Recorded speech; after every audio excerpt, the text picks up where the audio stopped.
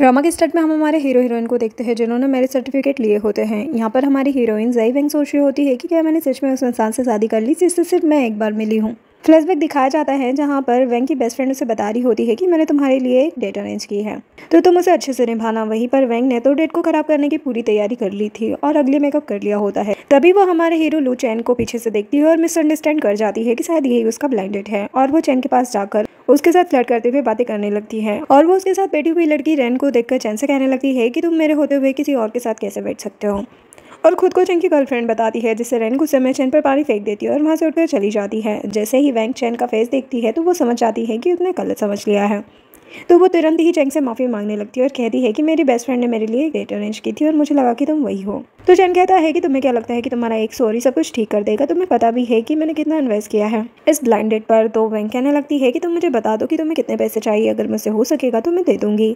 चैन उसे देखकर सोचने लगता है कि अच्छा मौका है, मैं मेरी उस स्टेप मॉम से पीछा छुड़ा सकूँ और मुझे उनकी पसंद की लड़की से शादी ना करना पड़े। मुझे इस लड़की के बैकग्राउंड से कोई भी मतलब नहीं है तो क्यों ना मैं इससे ही शादी कर लूँ, इसके लिए मुझे इसे अपनी ट्रू आइडेंटिटी बताने की भी ज़रूरत नहीं है। तो वो वैंग से कहता है कि ठीक है मैं तुम्हें माफ़ कर दूंगा, लेकिन इसके लिए तुम्हें मुझसे शादी करनी होगी और उसे खुद के बारे में बताने लगता है, लेकिन झूठ बोलता है कि मैं लू ग्रुप में काम करता हूँ। जी सुनकर वैंग तो हैरान हो जाती है और लू ग्रुप का नाम सुनकर वो तुरंत ही हाँ बोल देती है। प्रेजेंट में दोनों सिविल कोर्ट के बाहर खड़े हुए थे। वैंग सोचने लगती है कि हमें इतनी जल्दी मैरिज सर्टिफिकेट कैसे मिल गया। चैन उससे कहता है कि तुम टेंशन मत लो, जैसे ही मेरे डैड का मुझे सब कुछ मिल जाएगा उसके बाद हम दोनों डिवोर्स ले लेंगे। वैंग ओके कहती है और खुद का नाम बताती है और उसका नाम पूछने लगती है। तो चैन कहता है कि तुम अब जाकर मुझसे मेरा नाम पूछ रही हो, तुम्हें ये डर नहीं था कि मैं एक बुरा इंसान हो सकता हूँ। वैंग कहती कि ऐसा कुछ नहीं है। वो उसे अपना नाम चैन बताता है और वैंग उसके हैंडसम फेस में खो सी जाती है। तभी चैन उसे उसकी इमेजिनरी दुनिया से बाहर निकालता है। वैंग नर्वस होकर वहाँ से चली जाती है जिसे देखकर चैन मुस्कुराने लगता है। तभी चैन का असिस्टेंट उसे रिसीव करने के लिए आता है और उससे पूछने लगता है कि आप तो अपने भाई बहन को लेने गए थे तो सिविल कोर्ट कैसे पहुंचे। तो वो उसे बताता है कि मैंने शादी कर ली, जिससे असिस्टेंट तो हैरान हो जाता है। इधर वैंग अपनी फ्रेंड म्याओ के पास पहुंचती है तो उसकी फ्रेंड उसे डांटने लगती है कि कितनी मुश्किल से मैंने तुम्हारे लिए एक ब्लाइंड डेट अरेंज की थी लेकिन तुम गई नहीं वहाँ पर। तो वैंग उसे अपना मैरिज सर्टिफिकेट दिखाती है जिससे वो भी हैरान हो जाती है, पूछने लगती है कि क्या होगा अगर वह तुम्हारे लिए कुछ और प्लान कर रहा होगा। तो वैंग कहती कि ऐसा कुछ नहीं है, उसने मुझे अपनी फैमिली के बारे में तो ज़्यादा कुछ बताया नहीं है और मैंने उसकी ब्लाइंड डेट खराब कर दी थी, लेकिन सबसे इम्पोर्टेंट ये है कि वो लू ग्रुप में काम करता है। जो सुनकर म्याओ कहती है कि तुम चाइना इसीलिए आई हो ना क्योंकि तुम्हें अपने ग्रैंडफादर के मर्डर को ढूंढना है, लेकिन क्या होगा अगर तुम्हारे हस्बैंड को तुम्हारी ट्रू आइडेंटिटी पता चल जाएगी। तो वैंग कहती है कि ऐसा कभी नहीं होगा। नेक्स्ट सीन में वैंग चैन के घर पर पहुंच जाती है जिसे देखकर वैंग हैरान हो जाती है और कहने लगती है कि तुम इतने ज़्यादा हैंडसम हो और तुम्हारे पास इतना बड़ा घर भी है तो तुम्हें ब्लाइंड डेट की कमी कैसे हो गई। तो चैन कहता है कि तुम इतना बड़ा घर देखकर शौक मत हो क्योंकि ये लोन पर है और मैं कब से इसके पैसे चुका रहा हूँ और कोई भी मेरे साथ क्यों रहना चाहेगा। वैंग समझते हुए कहती है कि ठीक है, वैसे भी तुम पहले बहुत अजीब अजीब लोगों से मिले होंगे लेकिन मैं वैसी नहीं हूँ, मुझे इन सबसे कोई मतलब नहीं है। तभी गलती से वैंग चैन के नाक पर मार देती है। वैंग उसे देखने लगती है तो चैन कहता है कि चलो तुम पहले फ्रेश हो जाओ। तो वो फ्रेश होने चली जाती है। चैन अपनी नाक को चेक कर रहा था तभी वो वैंग को देखता है जो कि काफ़ी प्रीटी लग रही होती है। चैन उसमें खोसा जाता है जिससे उसके नाक से ब्लड आने लगता है। वैंग तुरंत उसके पास आती है और कहती है कि इसकी मैं रिस्पॉन्सिबिलिटी लेती हूँ और उसे चेक करने लगती है। इसके बाद वैंग चैन के बारे में ही सोच रही होती है तभी चैन उसके पास आता है और उसके बालों को सुखाने लगता है। वैंग उससे पूछती है कि मुझे तुमसे ये जानना था कि तुम लू ग्रुप में क्या काम करते हो। तो उसे तो कुछ समझ नहीं आता कि वो क्या कहे। तभी वैंग खुद से ही गेस करती है और उसकी बॉडी और फिजिक को देखकर कहती है कि तुम बॉडी गार्ड हो ना। तो वो हाँ बोल देता है। फिर चैंग वैंग से पूछता है कि वैसे तुम क्या करती हो। तो वैंग भी उसे झूठ बोल देती है कि मैं ज्वेलरी सेल करती हूँ।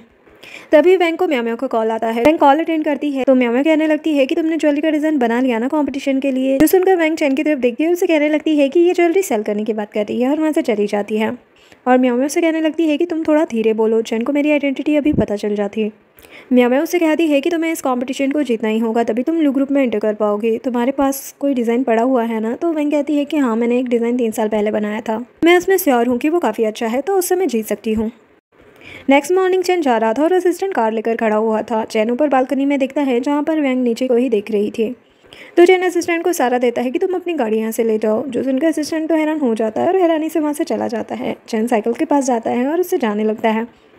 वैंग म्याओ से बात कर रही थी। म्याओ से कहती है कि तुम जल्दी आओ, मिस्टर लू आने वाले हैं। तो वैंग ओके कहती है। इधर चैन ऑफिस पहुंचता है जहाँ पर असिस्टेंट उसे बताता है कि मिस रायना भी कंपटीशन में पार्टिसिपेट करने वाली है जो कि बहुत ज़्यादा मिस्टीरियस है उसने बहुत से अवार्ड जीते हैं पर किसी ने भी उसका फेस नहीं देखा है। जो भी उसका फेस देख लेता है वो उसे मार देती है। वहीं वेंग भी ऑफिस पहुंच चुकी थी और म्याओ म्याओ से कहती कि तुम चिंता मत करो, मैं ग्रैंडपा की लास्ट विश और उनके हार्ट पेंटेंट को ढूंढ कर रहूंगी। जिसके बाद कंपटीशन स्टार्ट होता है जहाँ पर रैन भी आई हुई थी और रैन को देखकर सभी लोग बातें करने लगते हैं कि ये तो इंटरनेशनल पेरिस डिज़ाइन में सेकंड प्लेस पर आई थी।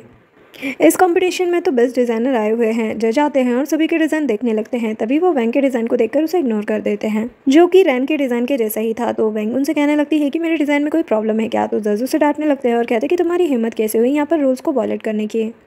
तुमने किसी और का डिज़ाइन कॉपी किया है और वो इंसान यहीं पर मौजूद है। तुमने रैन का डिज़ाइन कॉपी किया है। और वेंग को काफ़ी उल्टा सीधा सुनाने लगते हैं। तो वेंग कहती है कि मैंने किसी का भी डिज़ाइन कॉपी नहीं किया। तो जज उससे कहने लगते हैं कि तुम झूठ बोल रही हो। रैन पेरिस डिज़ाइन कॉम्पिटिशन में सेकंड आई थी और तुम कह रही हो कि 3 साल पहले तुमने ये डिज़ाइन बनाया था। तुमने ये डिज़ाइन कॉपी किया है। तुम्हें तो इस कॉम्पिटिशन में होना ही नहीं चाहिए। चुपचाप यहाँ से निकल जाओ। म्याओ म्याओ उनसे कहने लगती है कि हमें यहाँ पर मास्टर सेंग ने बुलाया है। जो सुनकर सभी जज हंसने लगते हैं कि मास्टर सेंग तुम्हारे जैसों को क्यों बुलाएंगे जो कि किसी और के डिज़ाइन कॉपी कर रहे हैं। वो डिज़ाइन इंडस्ट्री के बेस्ट आर्टिस्ट हैं और मैंने तो सुना है कि वो अभी अब्रॉड में है। वेंग कहती है कि मैं 5 मिनट में उन्हें यहाँ पर बुला सकती हूँ। तो सारे जजेस हंसने लगते हैं और कहते हैं कि तुम लोगों को बेवकूफ़ बना रही हो। रैन उसके पास आती है और कहती है कि एक तो तुमने मेरा डिज़ाइन चुराया और ऊपर से इतनी बड़ी नौटंकी कर रही हो। शायद तुम्हें अपनी जान की परवाह नहीं है। म्याओ म्याओ मास्टर सेंग को कॉल करती है और उन्हें बताती है कि कंपटीशन में कुछ गड़बड़ी हो गई है। लेकिन रैन तो अभी भी वेंग को सुनाई जा रही थी और बाकी लोगों से भी कहने लगती है कि हम अपना टाइम क्यों वेस्ट कर रहे हैं। ये बेकार डिज़ाइनर है जिसका करियर ऑलमोस्ट ख़त्म होने वाला है। तभी वहाँ पर मास्टर सिंह आ जाते हैं, जिसे देखकर रैन उनके पास जाती है और उनसे बात करने लगती है कि अगर आप मुझे पहले बता देते कि आप चाइना वापस आ गए हैं तो मैं आपका वेलकम करती। इतने में मास्टर तो उसे थप्पड़ लगा देते हैं। रैन कहती है कि आपने मुझे क्यों मारा। तो मास्टर सिंह वेंग का साथ देते हैं और कहते हैं कि मैंने ही इसे इन्वाइट किया है, ये बेस्ट डिज़ाइनर है। तो सभी लोग बोलने लगते हैं कि इसने तो रैन का डिज़ाइन कॉपी किया है। तो वेंग कहती है कि मैंने किसी का भी डिज़ाइन कॉपी नहीं किया है और मैंने अपने डिज़ाइन में एक स्पेशल सिंबल छोड़ा है जो कि हर डिज़ाइनर छोड़ता है। और मास्टर सेंग डिज़ाइन को चेक करते हैं जहाँ वो देखते हैं कि वेंग ने अपने फिंगरप्रिंट डिज़ाइन पर छोड़े हुए हैं, जिसे देखकर सभी लोग हैरान हो जाते हैं। मास्टर सेंग बताते हैं कि ये रायना है, जिसे सुनकर सभी लोग हैरान हो जाते हैं कि ये तो इंटरनेशनल पेरिस डिज़ाइन कंपटीशन में फर्स्ट आई थी और काफ़ी फेमस डिज़ाइनर है। वही रैन को तो मन ही मन काफ़ी गुस्सा आ रहा होता है। वो सोचती है कि मैं तुम्हें छोड़ूंगी नहीं और वहाँ से चली जाती है। जिसके बाद मास्टर सेंग विनर अनाउंसमेंट करते हैं, जो कि रायना यानी कि वेंग होती है।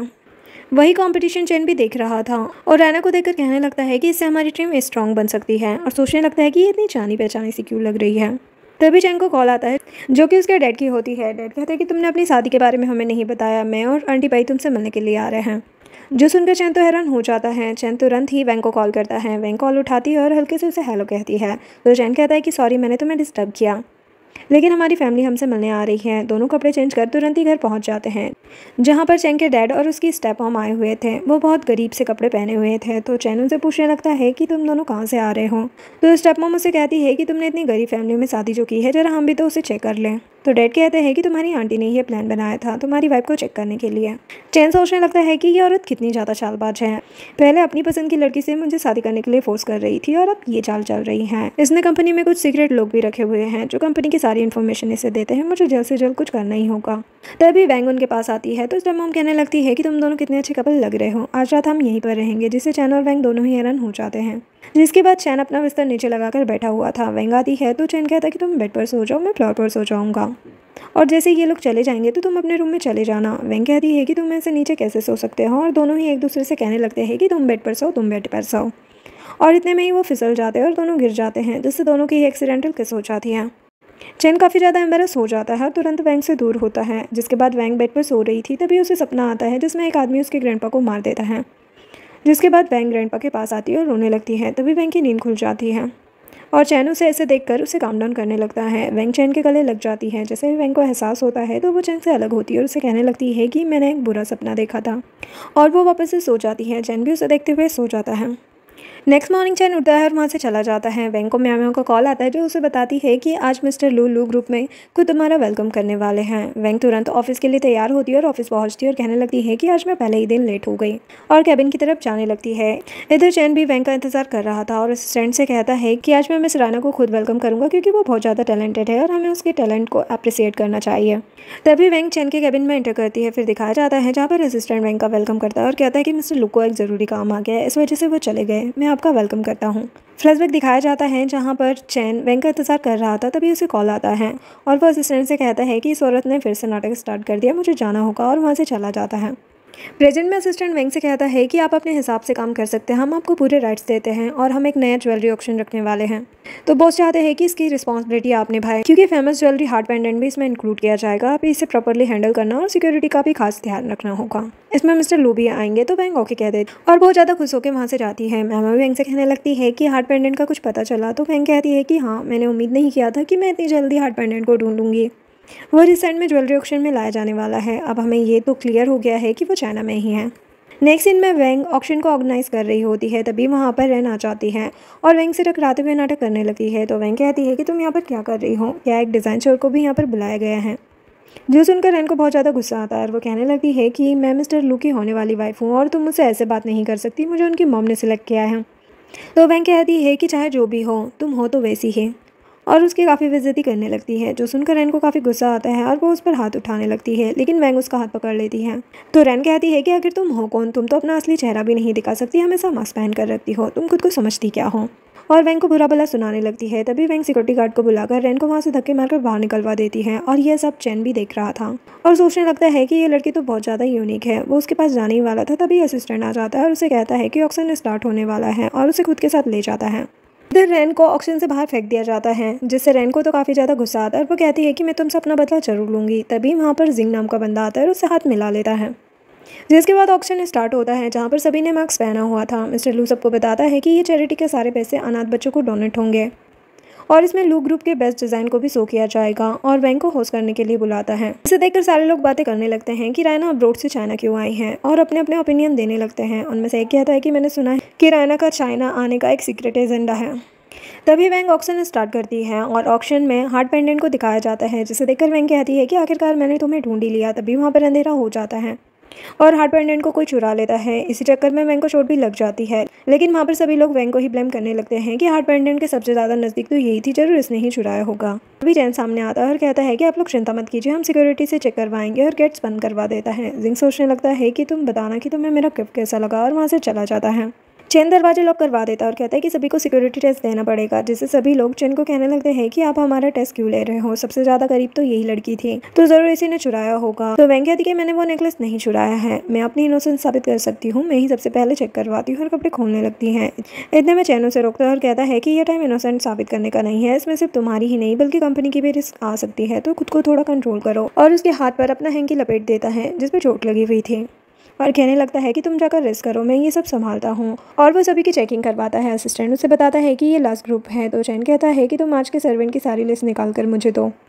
इधर वेंग सोच रही होती है कि आखिर उस आदमी ने कैसे चोरी कर ली, क्योंकि यहाँ पर सिक्योरिटी तो बहुत ज़्यादा टाइट है। तभी उसे किसी आदमी की कॉल आती है जो उससे कहता है कि तुम 10 मिनट में रूपटॉप पर आकर मुझसे मिलो, मैं तुम्हें हार्ट पेंडेंट की सारी डिटेल दूंगा। तो वेंग कहती है कि क्या तुम कंफर्म होगी तुम्हारे पास हार्ट पेंडेंट है। तो वो आदमी कहता है कि हाँ, लेकिन तुम्हें टाइम से ऊपर पहुँचना पड़ेगा। तो वेंग वहाँ के लिए निकल जाती है। वेंग चैन का हैंकी वहीं पर लिफ्ट में रख देती है और वहाँ से चली जाती है और रूपटॉप पर पहुँचती है। तभी उसे कोई किडनैप कर लेता है। इधर जिंग नेकलेस देख रहा था, वो नेकलेस उसी ने चुराया था और वो कहता है कि मिस्टर लू, तुमने मुझसे मेरी शेयर मार्केट छीनी है, अब तुम्हें भी पे करना होगा। इधर वेंग को किडनैपर कहते हैं कि तुम बहुत बड़ी डिज़ाइनर हो ना, क्या होगा अगर मैं तुम्हारी उंगलियां ही काट दूँ। तो वेंग सोचने लगती है कि ज़रूर ये उस रैन का काम होगा और इन्होंने पूरा प्लान बनाया हुआ था, मुझे कैसे भी करके यहाँ से निकलने होगा। वेंग उनसे कहने लगती है कि मैं एक फेमस डिज़ाइनर हूँ, तुम जो चाहोगे मैं तुम्हारे लिए कर सकती हूँ, लेकिन प्लीज़ मुझे छोड़ दो। तो उनमें से एक कहता है कि तुम्हें क्या लगता है कि हम तुम्हारी बात मान लेंगे। वेंग बोलने लगती है, तभी ये किडनैपर उसका मुंह बंद करवा देता है और उसका चेहरा देखने के लिए उसकी तरफ आगे बढ़ते हैं। तभी वहाँ पर चैन आ जाता है और सबकी कुटाई कर देता है। चैन वेंग को बचा लेता है और उससे पूछता है कि क्या तुम्हें पता लगा कि ये कौन लोग थे। तो वेंग कहती है कि नहीं। चैन उन लोगों से पूछता है, इतने में दूसरा आदमी उस पर अटैक कर देता है और वो लोग वहाँ से भाग जाते हैं। जिसके बाद कार में वेंग और चैन बैठे हुए थे और आपस में बातें कर रहे थे। चैन अपना मास्क निकालता है, जिसे देखकर वेंग तो हैरान हो जाती है और कहने लगती है कि ये तो बिल्कुल मेरे हस्बैंड की तरह दिखता है, लेकिन ये कैसे हो सकता है, मिस्टर लू और मेरे हस्बैंड बिल्कुल एक जैसे दिखते हैं। तो वेंग उससे पूछने लगती है कि क्या आपने कभी साइकिल चलाई है। तो वो कहता है कि तुम ये क्या पूछ रही हो। वेंग सोचने लगती है कि भले ही ये दोनों एक जैसे दिखते हैं, लेकिन इनका पहनावा और बिहेवियर बहुत ज़्यादा अलग है, तो ये शायद कोइंसिडेंट ही होगा। और वो उससे पूछने लगती है कि आपको कैसे पता चला कि मैं वहाँ पर हूँ। तो चैन उसे बताता है जहाँ पर चैन रायना को ही ढूंढ रहा था। और सोचने लगता है कि रायना भी गायब है और हार्ट पेंडेंट भी गायब है, क्या उसी ने ये चुराया होगा। वो असिस्टेंट को कॉल करता है और कहता है कि सारे सीसीटीवी कैमरा चेक करो। और वो लोग लिफ्ट में जाते हैं, जहाँ पर चैन अपना हैंकी देखता है और वो समझ जाता है। प्रेजेंट में चैन वेंग से पूछता है कि क्या तुम्हें कुछ पता चला। तो वेंग उसे बताती है कि नहीं, लेकिन मुझे एक चीज़ अजीब लगी, जो भी किडनैपर था जिसने भी ये सब करवाया था उसे मेरा चेहरा देखने में कुछ ज़्यादा ही दिलचस्पी लग रही थी। तो चैन उसे कहने लगता है कि क्या तुम्हारा कोई दुश्मन भी है। तो वेंग उसे बताती है कि मैं रिसेंटली ही चाइना आई हूँ, तो ऐसा तो पॉसिबल नहीं हो सकता, वैसे भी मैं बहुत ज़्यादा काइंड हूँ। तभी उसके लिप्स पर बाइट हो जाती है, जिसे देखकर चैन मुस्कुराने लगता है और उसके करीब जाते हुए कहता है कि मैं भी तुम्हारा चेहरा देखना चाहता हूँ। चैन को इतना क्लोज देखकर वो भी थोड़ा सा एम्बेरस हो जाती है और कहने लगती है कि मैं अपना चेहरा नहीं दिखा सकती क्योंकि मैं इसे सीक्रेट रखना चाहती हूँ। मैं नहीं चाहती कि कोई भी मेरी सुंदरता को देखकर मेरे टैलेंट को इनकरेज करे। जो सुनकर चैन स्माइल करने लगता है और कहता है कि ठीक है, तुम मुझे बताओ तुम कहाँ रहती हो, मैं तुम्हें छोड़ देता हूँ। तो वेंग सोचने लगती है कि अगर मिस्टर लो मेरे साथ गए और चैन ने इन्हें देख लिया तो वो गलत समझेगा। तो वो कहती है कि इसकी ज़रूरत नहीं है, मैं खुद से चली जाऊँगी, और उसे थैंक यू बोलकर वहाँ से चली जाती है। नेक्स्ट सीन में कॉल पे वेंग मियाँ मियाँ को सब कुछ बता रही होती है कि उस किडनैपर ने मुझे थप्पड़ मारा, अगर वो मेरे हाथ लग गया ना तो मैं उसे छोड़ूंगी नहीं, और उसे भी नहीं छोड़ूंगी जो भी इसके पीछे है। तभी वहाँ पर चैन आ जाता है, जिसे देखकर वेंग कॉल कट कर देती है। चैन वेंग के पास आता है और उसका सूजा हुआ मुंह देखकर कहने लगता है कि तुम तो बिल्कुल पीक की तरह लग रही हो। जो सुनकर वेंग को काफ़ी गुस्सा आता है और वह उसे कुशन उठाकर मारती है। चैन वहाँ से चला जाता है और वेंग तुरंत ही मोबाइल स्क्रीन में देखती है जिसमें उसका मुंह सच में सूजा हुआ था। वो सोचने लगती है कि क्या मैं सच में पिग की तरह लग रही हूँ, और वो चैन के पास जाती है और कुछ कहने लगती है। तभी चैन उसके गालों पर आइस पैक रख देता है और उससे पूछने लगता है कि ये कैसे हुआ, तो वो बहाना मार देती है। नेक्स्ट सीन में वेंग ऑफिस पहुंचती है, जहां पर रैन उसे सुनाने लगती है कि तुम्हारी वजह से हार्ट पेंडेंट खो गया, जो तुमने ही उसे चुराया होगा, चालबाजी करके तुमने उसे गायब कर दिया, तुम एक लोमड़ी हो। और वेंग को काफ़ी उल्टा सीधा कहने लगती है। तभी वेंग आसपास लोगों को देखकर उसका मुंह बंद करते हुए फिर से लिप में ले जाती है और उसके मुंह में टेप लगा देती है और वहाँ से चली जाती है। रैन को काफ़ी ज़्यादा गुस्सा आता है, वो जिंग के पास पहुँच जाती है और उसे कहने लगती है कि मैंने बस उसे थोड़ा कुछ कहा और उसने मेरे मुंह पर टेप लगा दिया, और रिक्वेस्ट करने लगती है कि प्लीज़ तुम मेरा बदला लो। तो जिंग कहता है कि अगर तुम ज़्यादा बकवास करोगी तो मैं भी तुम्हारे मुँह पर टेप लगा दूंगा। मैंने तुमसे पहले ही कहा था कि उसे हाथ मत लगाना, लेकिन फिर भी तुमने सुना नहीं। तुम सिर्फ बस मुझे इन्फॉर्मेशन दो, तभी मैं तुम्हारी हेल्प कर पाऊंगा, इससे ज़्यादा और कुछ मत करो। क्योंकि रैन लू ग्रुप में काम करती थी, इसीलिए जिंग ने उससे हाथ मिलाया था। और वो रैन से कहता है कि अगर तुम उसे कुछ करना चाहती हो तो अपनी रिस्क पे करना, उसमें मेरा कोई भी लेना देना नहीं होगा, और उसे डांट कर वहाँ से भगा देता है और अपने असिस्टेंट को कॉल करके कहता है कि मिस रायना के साथ मेरी मीटिंग करवाओ। जिसके बाद जिंग वेंग के पास पहुँचता है, जहाँ पर हमें पता चलता है कि जिंग और वेंग पहले क्लासमेट थे। जिंग उनसे बातें करने लगता है तो मैम भी उससे बात करने लगती है और कहती है कि लगता है सीनियर का बिजनेस कुछ ज़्यादा ही अच्छा चल रहा है, तभी उन्होंने इतना कॉस्टली सूट पहना हुआ है। तो जिंग कहता है कि कुछ ऐसा ही समझ लो, चलो हम लोग डिनर करते हैं, जिसके लिए वेंग भी मान जाती है। जिसके बाद वेंग मिसेस लिू से उनके नेकलेस गुम होने के लिए माफ़ी मांग रही थी, क्योंकि वो हार्ट पेंडेंट नेकलेस मिसेस लिू का ही था। अब वेंग के ग्रैंडपा का नेकलेस मिसेस लिू के पास कैसे आया ये तो हमें आगे ही पता चलेगा। लेकिन यहाँ पर मिसेस लिू वेंग पर गुस्सा करने लगती है कि तुम्हारी माफ़ी का मैं क्या करूँ, तुमने मेरा नेकलेस घुमा दिया, वो मेरे लिए कितना ज़्यादा इंपॉर्टेंट था। तभी वहाँ पर जिंग भी आ जाता है और मिसेस लिू को कहने लगता है कि प्लीज़ हमें एक चांस दो, हम तीनों एक दूसरे को जानते हैं और हम आपका नेकलेस जरूर ढूंढ देंगे। मिसेस लिू कहने लगती है कि वह नेकलेस मेरे हस्बैंड ने बड़ी मुश्किल से मुझे खरीद कर दिया था, वो बहुत ज़्यादा कॉस्टली है और वह उनकी आखिरी निशानी है। तो चैन कहने लगता है कि हमें कुछ सबूत मिले, हम जल्दी आपका नेकलेस ढूंढ कर दे देंगे। तो वो कहती है कि अगर तुमने हमारा नेकलेस ढूंढ भी लिया तो क्या, हमारी कंपनी काफ़ी ज़्यादा लॉस में चल रही है। मैंने तो सोचा था कि मैं उस नेकलेस को गिरवी रखकर 100 मिलियन लूँगी, जिससे मैं अपने बिजनेस को दोबारा से अरेंज कर सकूँ। तो चैन उनसे कहने लगता है कि ठीक है, उस नेकलेस को मैं खरीद लेता हूँ, सारी रिस्पॉन्सिबिलिटी मेरी होगी। तो मिसेस लिू जिंग को देखकर मुस्कुराने लगती है और चैंग से कहने लगती है कि ठीक है, मैं कागज़ बनवा देती हूँ, और वहाँ से खुशी खुशी चली जाती है। वेंग चैन से कहती है कि ये औरत बहुत ज़्यादा चालाक है, आपने इसकी बात क्यों मानी। तो चैन कहता है कि मुझे पता है कि ये हमसे चालाकी कर रही है, लेकिन अभी हम कुछ नहीं कर सकते हैं। तो वेंग कहती है कि मैं जल्दी आपका नेकलेस ढूंढ दूँगी और आपको नुकसान नहीं होने दूँगी। जिसके बाद तीनों वहाँ से जा रहे थे। चैन जिंग को हेल्प करने के लिए थैंक यू कहता है, तो जिंग कहता है कि कोई बात नहीं, चलो आप भी जाइए, मैं रायना को घर छोड़ दूँगा। चैन वहाँ से जाने लगता है, तभी वेंग का पैर फिसलता है और वो गिरने वाली थी। चैन उसे बचाने लगता है, तभी जिंग उसे बचा लेता है, जो देखकर चैन को बुरा लगता है और वो उसके पास आकर उसका हाथ साइड करता है। तो जिंग उसे और ज़्यादा पकड़ लेता है और कहने लगता है कि आप जा सकते हैं, आपको चिंता करने की ज़रूरत नहीं है, और रायना को वहाँ से ले जाता है, जो देखकर ना चाहते हुए भी चैन को जेलसी हो रही होती है। इधर कार में जिंग और वेंग बैठे हुए थे। वेंग कहीं खोई हुई थी, तो जिंग कहता है कि तुम क्या सोच रही हो। वेंग कहती है कि कुछ नहीं, मैं बस थोड़ा थक गई हूँ।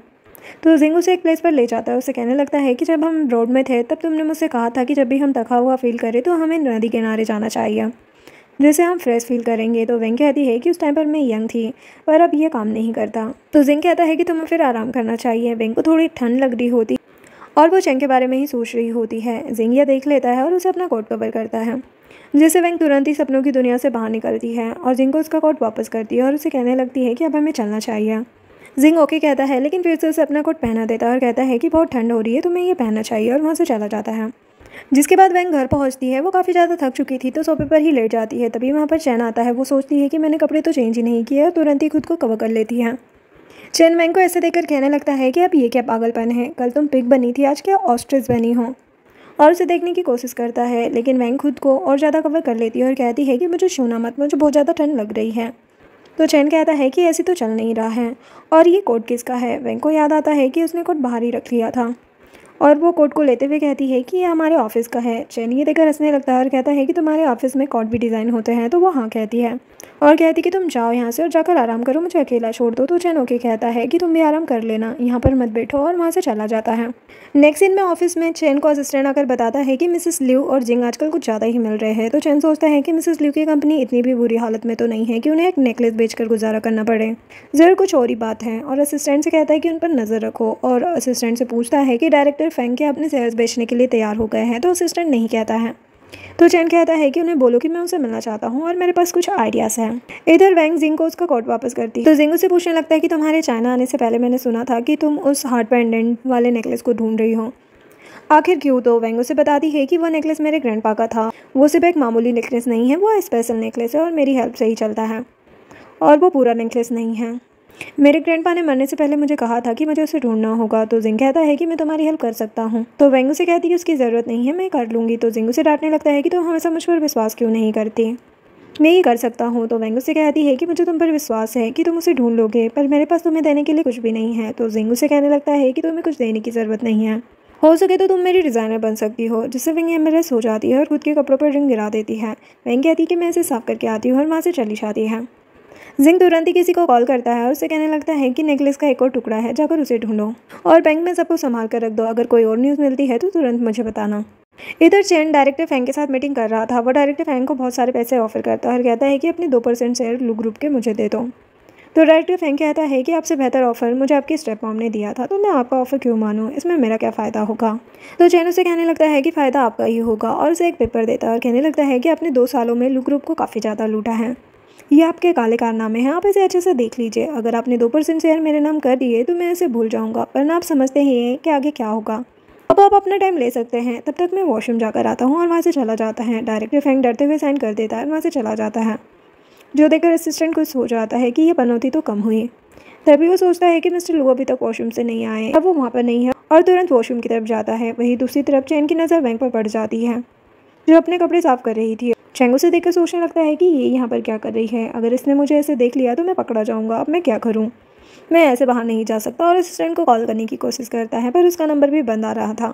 तभी वहाँ पर एक वेटर आ जाता है, जिसे देखकर चैंग के दिमाग में एक आइडिया आता है, और वो वेटर को पैसे देकर उसके कपड़े पहन लेता है और चुपके से वहाँ से जाने की कोशिश करता है। तभी वैंग उसे देख लेती है और सोचने लगती है कि ऐसा क्यों लग रहा है कि मेरी चोरी पकड़ी गई, और सोचती है कि मैं ऐसा प्रिटेंड करती हूँ कि मैं इसे अचानक मिल गई, और चैन को रोकते हुए कहने लगती है कि तुम यहाँ पर क्या कर रहे हो। तो वो कहता है कि मैं यहाँ पर अपनी फैमिली को सपोर्ट करने के लिए एक्स्ट्रा जॉब कर रहा हूँ। और वेंग से पूछता है कि तुम यहाँ पर क्या कर रही हो। तो वेंग सोचती है कि मैं इसे जिंग के बारे में नहीं बता सकती, और झूठ बोल देती है कि हमारी कंपनी में अच्छा प्रॉफिट कमाया है, इसी वजह से हमें यहाँ पर डिनर दे रही है। चैन कहता है कि मैं यहाँ पर ज़्यादा देर नहीं रुक सकता, चलो तुम भी जाओ। और वेंग भी वहाँ से चली जाती है। चैन सोचने लगता है कि मुझे जल्द से जल्द ये कपड़े बदलने होंगे, और वहाँ से जाने लगता है। तभी होटल का मैनेजर चैन को वेटर समझकर काम पर जाने के लिए ले जाता है। वेंग जिंग के पास पहुँचती है, उसे कहने लगती है कि हम किसी और रेस्टोरेंट में चलते हैं। दोनों उठकर जाने लगते हैं। तभी मैनेजर आकर कहता है कि आपका खाना बस लगने ही वाला है, जिसकी वजह से दोनों वहाँ पर बैठ जाते हैं। मैनेजर चैन को खाने की प्लेट देता है। चैन सोचते हुए आने लगता है, जिसे वेंग आते हुए देख लेती है और सोचने लगती है कि अब तो बहुत बड़ी गड़बड़ हो जाएगी। और वह तुरंत ही जिंग से कहने लगती है कि मुझे नीचे वाली कॉफ़ी पीनी है, प्लीज़ तुम मेरे लिए ले आओ ना। जिंग कॉफ़ी लेने चला जाता है। चैन वेंग के पास पहुंचता है, उसे खाना सर्व करता है और वहाँ से चला जाता है। वेंग भी वहाँ से निकल जाती है और जिंग को कहने लगती है कि हम यहाँ पर खाना नहीं खाएंगे, हम किसी और रेस्टोरेंट में चलते हैं, और दोनों वहाँ से चले जाते हैं। नेक्स्ट सीन में वेंग घर पहुँचती है, जहाँ पर चैन उसके लिए खाना तैयार करता है। वेंग खाना खाती है और कहती है कि मुझे उम्मीद नहीं थी कि तुम इतना अच्छा खाना बनाते हो और होटल में भी काम करते हो। तो चैन मुस्कुराने लगता है। तभी डोरबेल बजती है। चैन गेट खोलता है, जहाँ पर उसकी स्टेप मॉम और रैन आए हुए थे। मॉम घर के अंदर आती है और रैन सोचने लगती है कि इतना फेमस सीईओ इतने घटिया घर में क्या कर रहा है। तभी वो वेंग को देखती है और कहने लगती है कि तुम तो वही बदसूरत लड़की हो ना, जो उस दिन मिली थी, जिसने हमारी ब्लाइंडेड ख़राब की थी। स्टेप मॉम वेंग से कहने लगती है कि अगर तुम रैन को जानती हो तो मुझे इंट्रोड्यूस करवाने की ज़रूरत नहीं है। और चैन से कहती है कि यह रैन है, जिसे तुम एक बार डेट पर जा चुके हो, लेकिन अब कोई फ़ायदा नहीं है क्योंकि तुमने शादी कर ली है। तो रैन कहने लगती है कि ये तो नॉर्मल है, पहले मैं थी फिर ये आई, क्या पता फ्यूचर में मैं दोबारा आ जाऊँ। हम पास्ट की बातें नहीं करते हैं। चैन रैन से कहता है कि तुम कहीं पर भी जाकर बैठ सकती हो और मॉम को किचन में चलने के लिए कहता है और उनसे जाकर पूछता है कि आप यहाँ पर क्या कर रही हो। तो स्टेप मॉम कहती है कि मैं तुमसे डायरेक्टली फ्रैंक के बारे में बात करने आई हूँ। तो चैन कहता है कि इसमें गलती क्या है, मैंने तो वही लिया जो मेरा है। मैं आपको पहले ही वार्न कर रहा हूँ कि जो आपका नहीं है उस पर नज़र मत डालो, वरना फिर मुझे ब्लेम मत करना और उस घटिया रेन को भी मेरे घर से लेकर जाओ। तो स्टेप मॉम कहने लगती है कि तुम इस घटिया सी जगह को अपना घर बता रहे हो और तुम ना अपने डैड को ये फेक मैरिज दिखाकर बेवकूफ़ बना सकते हो, लेकिन मैं सब जानती हूँ तुम मुझे बेवकूफ़ नहीं बना सकते। मैं देखना चाहती हूँ कि ये कब तक मेरे सामने टिक सकती है। इधर रैन वैंग को काफ़ी कुछ सुना रही थी और कहने लगती कि इसके कपड़े तो देखो कितने अजीब हैं, चैन ऐसी लड़की से कैसे शादी कर सकता है। वहीं पर वैंग तो रैन को वहाँ पर देखकर ये सोच रही होती है कि क्या चैन आम आदमी नहीं है, ये यहाँ पर क्या कर रही है, पता नहीं क्या ही चल रहा है। तो रैन वैंग से कहती है कि तुम कुछ बोल क्यों नहीं रही हो, तुमने आकर हमारी ब्लाइंड डेट ख़राब कर दी थी और उसे सुनाने लगती है। तभी वहाँ पर चैन आ जाता है, जिसे देखकर रैन नाटक करने लगती है कि मैं तो बस इसे अपनी ब्लाइंड डेट के बारे में बता रही थी। चैन उनसे कहता है कि वैसे काफ़ी ज़्यादा रात हो गई है तो तुम दोनों को अब अपने घर जाना चाहिए। स्टेप मॉम कहने लगती है कि बहुत ज़्यादा रात हो गई है तो क्या तुम हमें ऐसे भेजोगे, अगर वैंग को कोई प्रॉब्लम ना हो तो। तभी वैंग कहने लगती है कि हाँ मुझे कोई प्रॉब्लम नहीं है अगर चैन आपको कैब तक छोड़ कर आ जाएगा। जो सुनकर दोनों ही हैरान हो जाती हैं क्योंकि उनकी तो रुकने की प्लानिंग थी लेकिन फेल हो जाती है। चैन कहता है कि ठीक है और दोनों को वहाँ से ले जाता है, लेकिन वो रैन से कहने लगता है कि तुम्हारी हिम्मत कैसे हुई वैंग को अपनी सच्चाई बताने की। अब से तुम दोनों में से कोई भी मुझे दोबारा दिखना नहीं चाहिए, स्पेशली तुम बहुत ज़्यादा बोलती हो, मेरे सामने ना कम बोला करो। और उन दोनों को ले जाकर पुलिस स्टेशन के बाहर छोड़ देता है और कहता है कि यहाँ से खुद जाओ। दोनों ही रोने लगती है कि तुम हमें से आधी रात में बीच रास्ते में कैसे छोड़ रहे हो। तो चैन कहता है कि मैं अपने डैड की वजह से तुम्हें स्टेशन तक छोड़ने आया हूँ, अब यहाँ से कैब ढूंढो और जाओ, और अगर तुम्हें कैब नहीं मिली तो पुलिस वालों से हेल्प ले लेना। और वहाँ से चला जाता है। जो देखकर दोनों को काफ़ी गुस्सा आता है और दोनों बातें करने लगते हैं कि ऐसे कैसे कर सकता है, हमें इतनी रात को कैब कहाँ मिलेगी। तभी रैन के दिमाग में आइडिया आता है और वो जिंग को बुला लेती है। जिंग कहता है कि तुम तो कह रही थी कि तुम्हारे पास कोई इन्फॉर्मेशन है, तुमने मुझे यहाँ पर खुद को रिसीव करने के लिए बुलाया है। तो रैन कहती है कि हमें तुम्हारी ज़रूरत थी। जिंग कहता है कि चुपचाप जल्दी आकर बैठ जाओ और दोनों को कार में बिठा लेता है। नेक्स्ट सीन में चैन वैंग को अपने ऑफिस में बुलाता है और उसे कहता है कि next month national jewellery competition आ रहा है, तो मैं चाहता हूँ कि तुम हमारी कंपनी की तरफ से उसमें पार्टिसिपेट करो और फर्स्ट आओ, जिससे हमारी कंपनी को बहुत ज़्यादा फ़ायदा होगा। तो वैंग कहने लगती है कि अभी मेरी इमेज थोड़ी सी ख़राब चल रही है और उस हार्ट पेंडेंट का भी एक अलग ही मामला चल रहा है। तो चैन कहता है कि तुम्हें उसकी चिंता करने की बिल्कुल भी ज़रूरत नहीं है, मैं उसकी पूरी खोज कर रहा हूँ और उसके पीछे मैंने अपने आदमी लगा रखे हैं, तुम बस कॉम्पिटिशन पर फोकस करो और अपना बेस्ट दो। तो वैंग ओके कहती है। वही दूसरी तरफ जिंग स्टेप मॉम से कहता है कि मुझे चैन को नीचे गिराना है, क्या तुम इस बात के लिए राजी हो। तो स्टेप मॉम कहती है कि उसने मेरा जीना हराम कर रखा है, ऑब्वियसली मैं राजी हूँ, और अभी वो कमज़ोर है तो उस पर वार करना ज़्यादा आसान होगा। जिंग कहने लगता है कि मैंने सुना है कि आपके हस्बैंड बहुत ज़्यादा काइंड और स्वीट है। तो वो कहने लगती है कि ये चीज़ हमारा पेट नहीं भरती, फोकस सिर्फ पैसों पर ही रखना पड़ता है। जिंग रैन से पूछता है कि तुम कुछ कह रही थी कि कुछ इंपॉर्टेंट बात है। तो रैन उसे बताती है कि चैन ने चुपके से शादी कर ली है और उस लड़की के कुछ ज़्यादा ही करीब है और उसके चक्कर में अपनी रियल आइडेंटिटी भी छुपा रखी है। जो सुनकर जिंग कहने लगता है कि इसका फ़ायदा तो हम उठा सकते हैं उसे नीचे दबाने के लिए। तुम उस लड़की पर नज़र रखो, वो कभी भी हमारे काम आ सकती है, इसके बदले तुम्हें जो चाहिए तुम वो मांग सकती हो। तो रैन कहती है कि नेक्स्ट मंथ जो ज्वेलरी कंपटीशन होने वाला है मैं भी उसमें पार्टिसिपेट कर रही हूँ, मैं चाहती हूँ कि उसमें मेरा भी एक प्लेस हो। तो जिंग कहता है कि ठीक है, मैं तुम्हें इन्विटेशन भेज दूँगा। खुश होकर वहाँ से चला जाता है। नेक्स्ट सीन में वैंग अपना डिज़ाइन बना रही थी जिससे वो बहुत ज़्यादा इरिटेट हो रही थी। तभी वहाँ पर चैन आता है और वैंग को इतना ज़्यादा परेशान देखकर उससे कहने लगता है कि क्या हुआ। तो वैंग कहती है कि मैं बहुत ज़्यादा परेशान हूँ, मुझे अकेला छोड़ दो। चैन उसका काम दिखने लगता है और कहता है कि तुम तो कह रही थी ना कि तुम एक सेल्समैन हो, तो ये एक डिज़ाइन का काम है, तुम ज्वेलरी डिज़ाइन कब से करने लग गई। तो वैंग कहती है कि जैसे तुम वेटर का काम कर रहे हो एक्स्ट्रा में, वैसे ही मैं ज्वेलरी डिज़ाइन का काम कर रही हूँ एक्स्ट्रा जॉब के लिए। तो चैन उसकी हेल्प करने लगता है और उसकी पूरी तरीके से हेल्प करता है, जिससे वैंग खुश हो जाती है कि तुम्हारी हेल्प से मैं इतना अच्छा जॉब बना पाई, अब मैं इसे बॉस के पास भेजूंगी और वही फाइनल करेंगे। और वहाँ से जाने लगती है। तभी वो चैन के ऊपर गिर जाती है और दोनों बहुत ज़्यादा करीब आ जाते हैं। वैंग उसके ऊपर से उठती है और एम्बेरस हो जाती है और कहती है कि मुझे ड्राफ्ट सेंड करना है और तुरंत वहाँ से चली जाती है। चैन को रायना की याद आने लगती है और वो कहता है कि शायद मेरे सर में लग गई है। नेक्स्ट सीन में असिस्टेंट चैन को बताता है कि कंपटीशन की सारी तैयारियां हो गई है। वो ऑफिस में जाते हैं, तभी चैन अपने सामने रैन को देखता है और रैन उसके पास आकर कहने लगती है कि मैं भी कंपटीशन में पार्ट ले रही हूँ, तो प्लीज़ मुझे तुम्हारी हेल्प चाहिए, मैं ऑफिस की तरफ से जीतूंगी। तो चैन उसे कहने लगता है कि मैं तुम्हारी हेल्प क्यों करूँ, वैसे भी हमारे ऑफिस की तरफ से रायना जा रही है और उसके जीतने के चांसेस तुमसे ज़्यादा है, तो हम तुम पर इन्वेस्ट क्यों करें।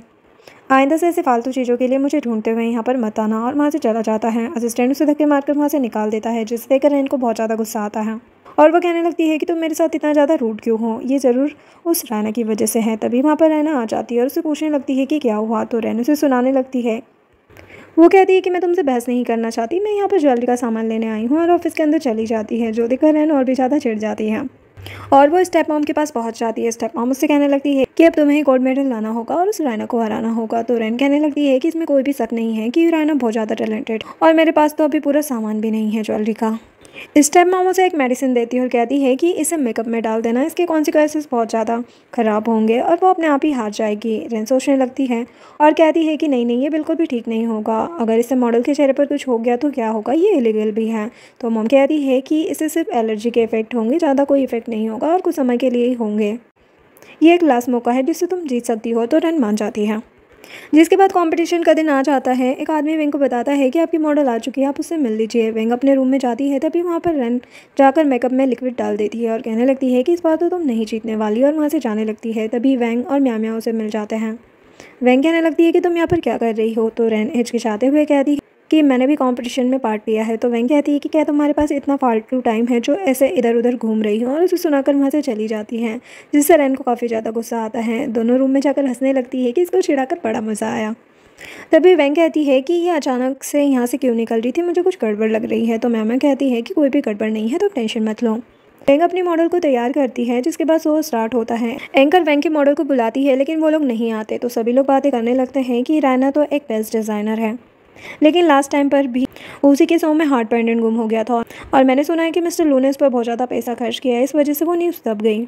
और सभी लोग बातें बना रहे होते हैं। इधर ड्रेसिंग रूम में वेंग के मॉडल का फेस खराब हो चुका था और एलर्जी के निशान बन चुके थे, जिसे देखकर सभी लोग टेंशन में थे। चैन कहता है कि अब तो हमारे पास इतना टाइम भी नहीं है कि हम मॉडल चेंज कर सके। तो वेंग कहती है कि उसकी चिंता मत करो। तभी उसे एक आइडिया आता है और वो म्याओ म्याओ से अपना बैग मांगती है। जिसके बाद मॉडल स्टेज पर आती है, जिसे देखकर सभी लोग हैरान हो जाते हैं। मॉडल ने भी मास्क पहना हुआ था। वेंग मॉडल के साथ आती है और उन सबसे कहने लगती है कि मेरी वजह से आप लोगों को इंतजार करना पड़ा, उसके लिए मैं माफ़ी चाहती हूँ। और वो अपनी ज्वेलरी को एक्सप्लेन करने लगती है। एंड ज्वेलरी डिज़ाइन को देखकर वेंग के डिज़ाइन को याद करने लगता है कि ये तो वही डिज़ाइन है जो हमने मिलकर बनाया था। इधर वेंग कंपटीशन जीत जाती है। चैन वेंग से पूछना चाहता था, पर वो इस बात को इग्नोर कर देता है और उसे कॉन्ग्रेचुलेट करता है और उसे कहता है कि ये बात थोड़ी अजीब है कि कंपटीशन के टाइम पर ही मॉडल का चेहरा खराब हो गया, इस बारे में पूरी इंक्वायरी करना होगा। इधर जिंग रैन को थप्पड़ लगा देता है और कहता है कि तुम्हारी हिम्मत कैसे हुई रैना को हर्ट करने की। तो रैन कहने लगती है कि मैंने उसे हाथ नहीं लगाया है। तो जिंग कहता है कि कंपटीशन में उसकी मॉडल को एलर्जी कैसे हुई, तुम्हें क्या लगता है कि मुझे कुछ भी पता नहीं है, शायद तुम मेरी बात को इग्नोर कर रही हो। तो रैन कहने लगती है कि मैंने कुछ नहीं किया, ये सब मुझे स्टेप मॉम ने करने के लिए कहा था। तो जिंग उसे डांटकर वहाँ से चला जाता है। रैन कहने लगती है कि तुम और मिस्टर लू दोनों ही उस नायना पर क्यों अटके हुए हो, अब तो मैं उससे और ज़्यादा बदला लूँगी। इधर चैन वेंग के डिज़ाइन को अच्छे से देख रहा था और सोचता है कि ये तो बिल्कुल रायना के डिज़ाइन की तरह ही है, पैटर्न भी बिल्कुल सेम है। तभी वहाँ पर वेंग आ जाती है और बहुत ज़्यादा खुश थी और कहने लगती है कि आज मेरे क्लाइंट को मेरा डिज़ाइन बहुत ज़्यादा पसंद आया, इसी वजह से उन्होंने मुझे बोनस भी दिया है। चेंग उससे पूछता है कि क्या तुम मुझे बताओगे कि तुम्हारा क्लाइंट कौन है। तो वो कहती है कि मुझे नहीं पता वो कौन है, शायद वो ज्वेलरी डिज़ाइनर हो सकता है या फिर कोई बिजनेसमैन, लेकिन मुझे नहीं पता। चेन सोचने लगता है कि क्या रायना ने इसे रखा है अपने काम के लिए। वो कहती कि मुझे नहीं पता, वैसे भी बहुत लेट हो रहे हैं, मुझे बहुत ज़्यादा भूख लग रही है, और उसे जल्दबाजी में वहाँ से ले जाती है। जिसके बाद चैन खाना बना रहा था और रैना के बारे में ही सोच रहा होता है कि अगर वेंग को रैना ने अपने बैकअप के लिए रखा होगा तो मुझे क्या करना चाहिए। तभी उसकी उंगली कट जाती है। वेंग तुरंत उसके पास जाती है और उसे सोफा पर बिठाती है और उसे मेडिसिन अप्लाई करने लगती है। चैन उसे ही देखे जा रहा था, तभी फर्स्ट एड हो जाती है, लेकिन चैन कहने लगता है कि इतनी जल्दी हो गया। वेंग कहती है कि तुम्हारे कहने का मतलब क्या है, चलो अब तुम रेस्ट करो, मैं खाना बनाती हूँ, तुम बिल्कुल भी चिंता मत करना, और खाना बनाने चली जाती है। चैन मुस्कुराने लगता है। नेक्स्ट सीन में असिस्टेंट चैन के पास पहुंचता है और उसे बताता है कि हमारे पास कंपटीशन का एक क्लू लगा है जिसमें राना के मॉडल को कैसे एलर्जी हुई पता चला है। तो चैन कहता है कि मुझे वीडियो भेजो। इधर वेंग रैन के पास पहुंच जाती है, उसे कहने लगती है कि तुम कितनी ज़्यादा बेकार हो, तुमने जीतने के लिए मेरी मॉडल का इस्तेमाल किया। तो रैन कहने लगती है कि तो क्या हुआ, मैं तुम्हें ये बताना चाहती थी कि मैं कैसा फील करती हूँ। वैसे भी तुम जैसी औरत जो ऊपर बनने के लिए अपनी बॉडी का इस्तेमाल कर सकती है, उसे ये पूछना ही नहीं चाहिए। वेंग कहती कि मैंने ऐसा कुछ नहीं किया है। तो रैन उसे कहने लगती है तो मिस्टर लू तुम्हारी तरफ इतना ज़्यादा अट्रैक्टिव क्यों है। वेंग कहती है कि अगर तुम्हें ऐसा लगता है तो तुम पागल हो, अभी कुछ टाइम से ही मैं मिस्टर लू के साथ काम कर रही हूँ, उससे पहले मैंने काफ़ी ज़्यादा अवार्ड जीते हैं और वो मेरी पहले की ही अचीवमेंट है, और तुम होगी फालतू बकवास कर रही हो। और उसे सुनाकर वहाँ से चली जाती है और रैन गुस्सा करती रह जाती है। नेक्स्ट सीन में चैन एक फाइल पर साइन करता है और असिस्टेंट को देता है। असिस्टेंट उसे चेक करता है और कहता है कि ये आपका तीसरी बार है जो आपने अपनी जगह अपनी वाइफ का नाम लिख दिया है, जिससे चैंग देखता है और मुस्कुराता है और असिस्टेंट से पूछने लगता है कि जब हम किसी को पसंद करते हैं तो कैसा फील होता है। तो असिस्टेंट उसे बताता है कि हम हर वक्त उसी के बारे में सोचते रहते हैं। चैन पूछता है कि हमें उसे कैसे इम्प्रेस करना चाहिए, तो वो बताता है कि आप उन्हें डिनर पर ले जा सकते हो और उनके मनपसंद चीज़ों का ध्यान रख सकते हैं। इधर रैन जिंग के पास पहुंच जाती है, तो जिंग कहता है कि जब भी तुम मेरे पास आती हो तो पागलों वाली हरकतें क्यों करती हो, मैंने तुम्हें यहाँ से जाने के लिए कहा। तो वो मना करती है और कहने लगती है कि आप ही मेरी हेल्प कर सकते हो। तो जिंग कहता है कि जब मैंने तुम्हें एक बार मना किया फिर भी तुम वही चीज़ें करती हो, और ऊपर से तुम्हें जॉब से निकाल दिया, फिर भी तुम मेरे सामने आने की हिम्मत कर रही हो। तो रैन कहने लगती है कि मैं आपसे वही करूँ जो तुम कहोगे, प्लीज़ मेरी हेल्प कर दो। तो जिंग कहता है कि ठीक है, मैं तुम्हें एक और मौका देता हूँ, और उसे एक डिवाइस देकर कहता है कि तुम ये चैन के कैबिन में लगा दो, फिर तुम्हारा जो भी नुकसान हुआ है वो हम देख लेंगे। रैन खुश हो जाती है। इधर चैन असिस्टेंट से पूछ रहा होता है कि मैं अपनी वाइफ को कैसे अपनी फीलिंग्स बताऊँ। तो असिस्टेंट कहता है कि आप पहले उन्हें अपनी सच्चाई बता दो। तभी वहाँ पर रैन आ जाती है। चैन कहता है कि तुम यहाँ पर क्या कर रही हो, तुम अब हमारी डिज़ाइनर नहीं रही, तो जाओ यहाँ से। रैन डिवाइस चैन के ऑफिस में लगा देती है और उससे कहने लगती है कि प्लीज़ मुझे माफ़ कर दो। चैन असिस्टेंट से कहता है कि तुम सिक्योरिटी गार्ड से कहो कि अब ये हमारी एम्प्लॉय नहीं है, तो इसे ऑफिस के अंदर ना आने दिया जाए। तभी वहाँ पर वेंग भी आ जाती है, जो उन्हें बातें करते हुए देखकर वहाँ से वापस आने लगती है। तो रैन वेंग को रोकती है और कहती है कि ये सब तुम्हारी वजह से हुआ है, तुमने ही इन्हें कहा होगा मुझे निकाल दिया जाए। तो चैन कहता है कि इसमें इसका कोई भी लेना देना नहीं है, लेकिन फिर भी रैन वेंग को सुनाने लगती है कि सबको पता है कि तुम पिछला कंपटीशन कैसे जीती हो। वेंग भी उसे जवाब देती है और दोनों के बीच झगड़ा स्टार्ट हो जाता है। तभी रैन वेंग को थप्पड़ मार देती है, जिससे उसका मांस और हेड निकल जाती है। चैन वेंग का चेहरा देख लेता है और बहुत ज़्यादा हैरान हो जाता है। रैन वेंग से कहने लगती है कि तुम तो वेंग हो और तुम्हारी तो शादी हो चुकी है। तो वेंग उसे कहती है कि तो क्या हुआ अगर मेरी शादी हो चुकी है, रहूंगी तो मैं रायना ही। रैन कहती है कि अब तो कंफर्म हो चुका है कि तुम कितनी ज़्यादा चालबाज हो। चैन बीच में आकर वेंग का हाथ पकड़कर वहाँ से ले जाता है। वेंग चैन से कहती है कि मुझे पता है कि इन सब में आपका नाम भी घसीटा जा रहा है, लेकिन ये मुझे पता है और आपको भी अच्छे से कि ऐसा कुछ भी नहीं है। चैन कहने लगता है कि तुम मुझे कुछ और नहीं कहना चाहती। तो वेंग नहीं कहती है। तो चैन कहता है कि शायद तुम मेरी दूसरी आइडेंटिटी से कुछ ज़्यादा ही परिचित होगी, और उसे उसका हस्बैंड बनकर दिखाता है, जिसे देखकर वेंग बहुत ज़्यादा हैरान हो जाती है। चैन उसे पूछता है कि अब मुझे बताओ कि तुम रियल में कौन हो। तो वेंग उसे बताती है कि मैं रायना हूँ, एक ज्वेलरी डिज़ाइनर, पर वैसे भी हम दोनों की ही पोजीशन सेम है, तुमने भी तो मुझसे झूठ बोला है। तो चैन कहता है कि स्टार्टिंग में मैंने तुम्हें अपनी रियल आइडेंटिटी नहीं बताई, क्योंकि मैं तुम्हें नहीं बताना चाहता था, क्योंकि मैं तुम्हें ठीक से जानता नहीं था। लेकिन बाद में मैंने सोचा कि मैं तुम्हें बता दूं, लेकिन मुझे सही टाइम नहीं मिला। तो मैंने कहती है कि ठीक है, वैसे भी अब सब कुछ क्लियर हो चुका है, अब हम एक दूसरे से डिवोर्स ले सकते हैं, और वहाँ से जाने लगती है। तभी चैन उसे पकड़ लेता है और गले लगा लेता है और कहता है कि मुझे डिवोर्स नहीं चाहिए, जो सुनकर तो वेंग हैरान हो जाती है। चैन उसे बताता है कि मुझे सख्त तो हुआ था, लेकिन मुझे लगा कि राना वेंग से अपने डिज़ाइंस बनवाती है। वेंग कहती है कि क्या तुम्हें मेरी कैपेबिलिटी पर शक था।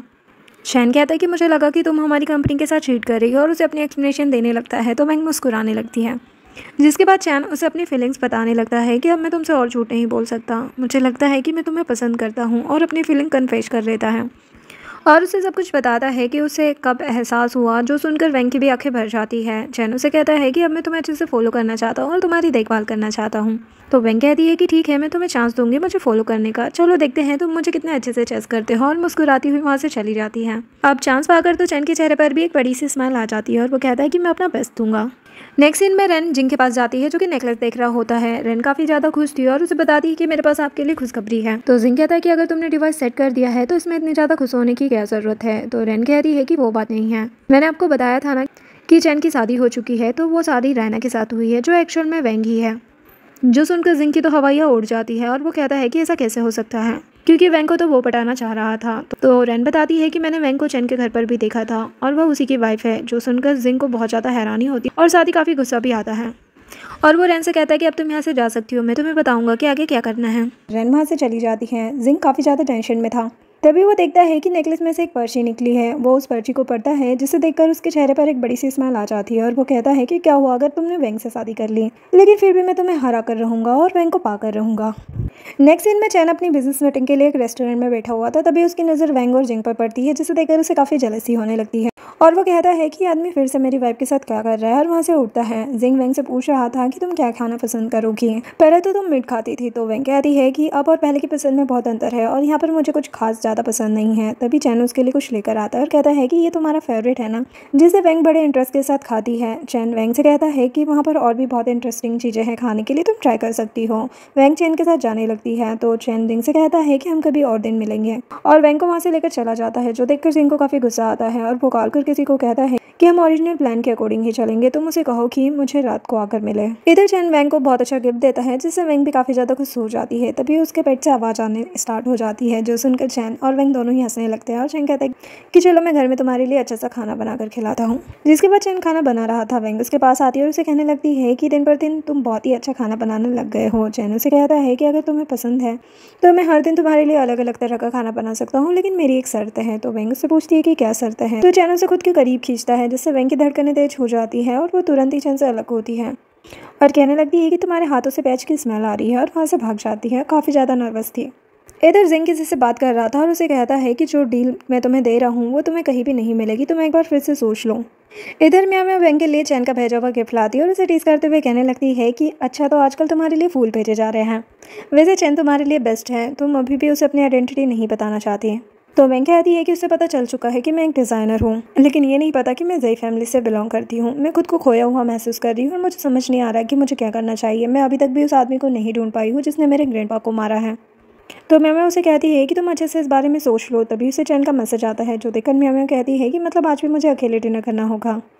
चैन वेंग से बात कर रहा था कि मैं जल्दी तुम्हें रिसीव करने आ जाऊंगा और बहुत ज़्यादा खुश हो जाता है। चैन अपने असिस्टेंट से भी कहता है कि आज मैं जल्दी घर जाने वाला हूँ, तुम भी घर चले जाओ। लेकिन ऑफिस में एक आदमी इंटर करता है और कुछ ढूंढने लगता है। तभी वहाँ पर कोई आता है जिसे देखकर वो आदमी वहाँ से भाग जाता है। असिस्टेंट चैन को बताता है कि वो आदमी कैमरा में कहीं भी कैद नहीं हुआ है। तो चैन कहता है कि वो आदमी कोई अंदर का ही आदमी होगा, उसे सब कुछ पता है कि क्या चीज़ कहाँ पर है और कौन सा मॉनिटर कहाँ पर लगे हुए हैं, तुम अच्छे से उसकी जाँच करो। असिस्टेंट वहाँ से चला जाता है। वेंग चैन से पूछती है कि आखिर वो आदमी क्यों आया होगा, पता नहीं वो क्या ढूंढ रहा होगा। तो चैन कहता है कि अभी ये पता तो नहीं चल पाया है, लेकिन तुम चिंता मत करो, हम जल्दी उसे ढूंढ लेंगे। तभी वेंग की नज़र डिवाइस पर पड़ जाती है और वो उसे निकालती है जिसे देखकर चैन भी हैरान हो जाता है। वेंग कहती है कि हमें नहीं पता कि ये यहाँ पर कब से है। तो चैन कहता है कि मुझे लगता है कि इसे लगाए हुए कुछ ही टाइम हुआ होगा, तो इतने ज़्यादा सीक्रेट्स रिवील नहीं हुए होंगे। तो वेंग कहती है कि अब हमें क्या करना चाहिए। तो चैन कहता है कि हम देखते हैं कि वो आदमी जिसने ये लगाया है वो एक्शन में क्या करना चाहते हैं। तो हमें ऐसा प्रेटेंड करना होगा जैसे हमें कुछ पता ही नहीं है कि डिवाइस वहाँ पर लगा हुआ है। जिसके बाद चैंग वेंग के साथ रोमांस करने लगता है। तो वेंग कहती है कि तुम्हें इतने इंपॉर्टेंट मैटर में भी ये सब करने की सोच रही है। तभी वेंग को जिंग का कॉल आता है। चैन कहता है कि अब तो हम हस्बैंड वाइफ है, तो तुम यहीं पर फ़ोन रिसीव करो और स्पीकर पर रखो। तो वेंग स्पीकर पर कॉल लगा देती है। जिंग कहता है कि मुझे तुमसे इंपॉर्टेंट बात करनी है, हम अपनी ही प्लेस पर मिलते हैं। तो वेंग ओके कह देती है। चैन उससे कहता है कि प्लीज़ मत जाओ ना। वेंग कहती है कि जाना होगा। तो चैन थोड़ा सा नाराज़ होने का नाटक करते हुए कहता है कि हाँ जाओ जाओ, वैसे भी जब तुम घर पर नहीं होती तो मैं आराम से अपनी मर्जी से रहता हूँ। वेंग उससे कहती है कि तुम गुस्सा हो रहे हो, अगर तुम गुस्सा होगे तो मैं तुम्हारे नंबर काटूंगी। तो चैन कहता है कि ठीक है, लेकिन अच्छा होगा अगर तुम घर पर जल्दी आ जाओगी। तो वेंग ओके कहती है। नेक्स्ट सीन में जिंग वेंग को हार्ट पेंडेंट वापस करता है और उसे झूठ बोल देता है कि मेरा फ्रेंड ब्लैक मार्केटिंग के अंदर है, तो उसे वहीं पर ये मिला था और मैं किसी काम के लिए उसके घर पर गया था जहाँ पर मैंने इसे देखा और मुझे पता था कि ये तुम्हारे लिए कितना ज़्यादा इंपॉर्टेंट है, इसलिए मैंने उससे ये ले लिया। वेंग उसे देखकर काफ़ी खुश हो जाती है और कहने लगती है कि तुम मुझे बता दो कि तुमने इस पर कितना पैसा खर्च किया है, मैं तुम्हें पैसे ट्रांसफ़र कर दूंगी। तो जिंग कहता है कि मैंने तुम्हें कितनी बार कहा है कि मैं ये सब कुछ अपनी मर्जी से करता हूँ, मुझे तुम्हारी तरफ से कुछ भी नहीं चाहिए, और वहाँ से मुस्कुराते हुए चला जाता है।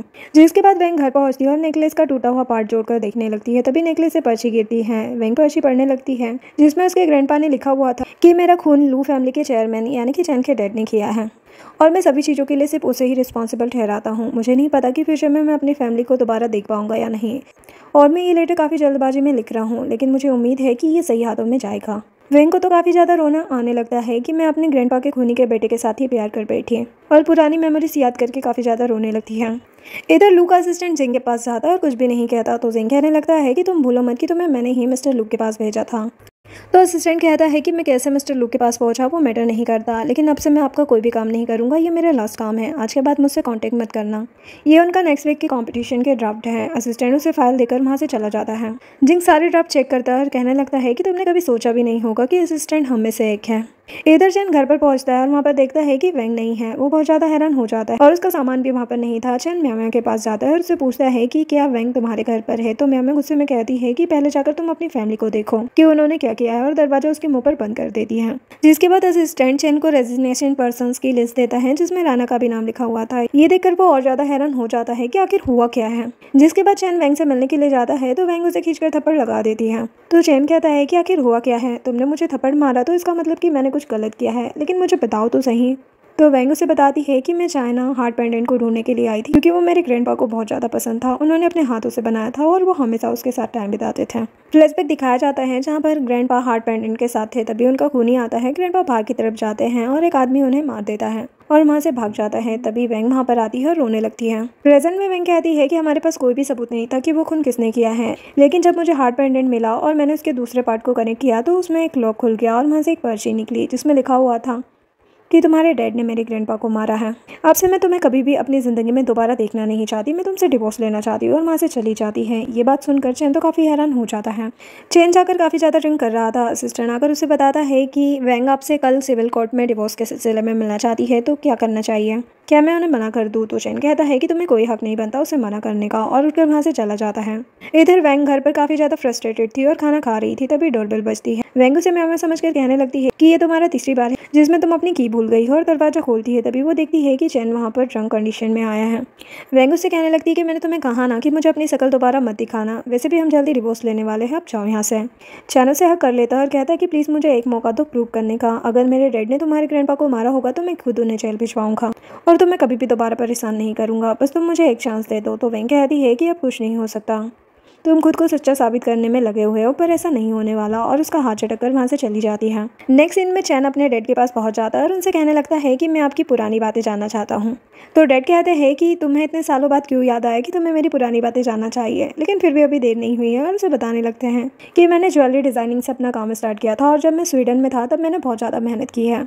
जो सुनकर चैन कहने लगता है कि क्या आप इटली में नहीं थे। तो डैड कहते हैं कि नहीं, इटली में तो तुम्हारी स्टेप मॉम थी और उनके गुरु का नाम मिस्टर जई था, लेकिन उनकी डेथ हो चुकी है, इसलिए हम उनसे मिल नहीं पाए, और उस टाइम पर तुम्हारी स्टेप मॉम ने बहुत सारे पैसे भी कमाए थे। जो सुनकर चैन हैरान हो जाता है, सोचने लगता है कि क्या ये बस कोइंसिडेंट है, और सोचता हुआ उठकर वहाँ से चला जाता है। डैड कहने लगते हैं कि अभी मेरी बात पूरी खत्म नहीं हुई है, तुम कहाँ जा रहे हो।